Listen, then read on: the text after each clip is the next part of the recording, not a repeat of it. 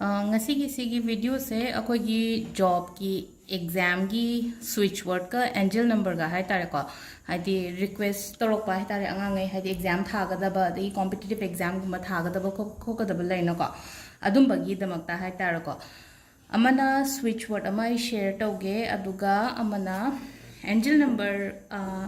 ani share toge ko ma'am da haidi amana exam ki ko aduga amana interview chatlam dai da kai da to da ba hai tare ko adu khwai first switch keno se akhoi gi switch word se hana keno tor se ko haidi switch word se karam mano hai matam da e hapetang e su e ge ko sida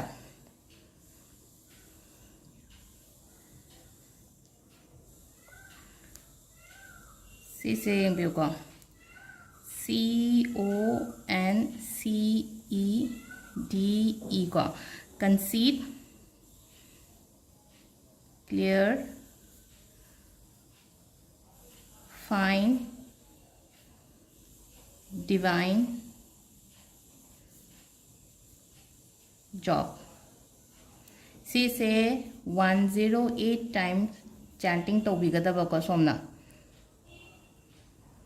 This is a hide a pamba job kumbale no dream job kumba the minor lagati sisina a quigi kenogi hidi switch word haita reco hidi concede clear fine divine job hidis minor hidi sana system repeat hidi cham nipala ko cham nipala hidi kamina amuk lay no hidi confused at to khot pale no cham nipala itu ohana ko hidi cham ni 108 se itu ko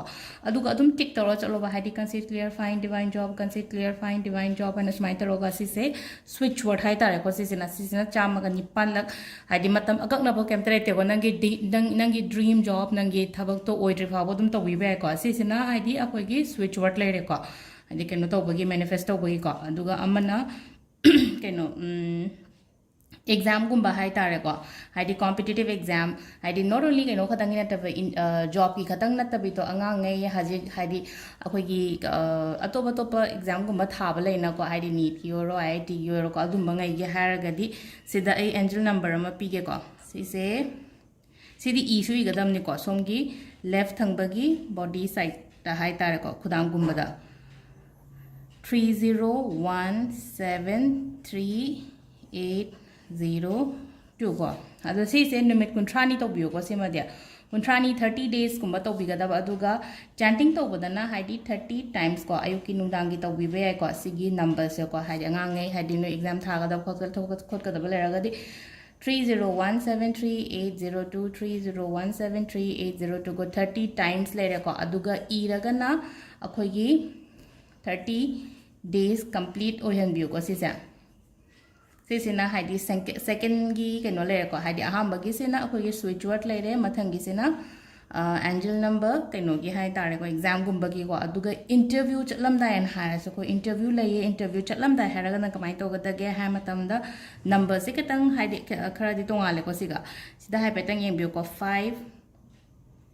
4 8 4 5 0 5 3 sida le ko adu si se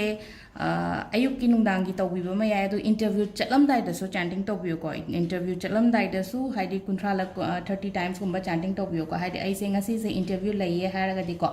ayuk ta 30 times haidi chatring ei mamang da hai tare ko 30 times 30 days se jo complete ohen biyo ko nangi job to kai do haidi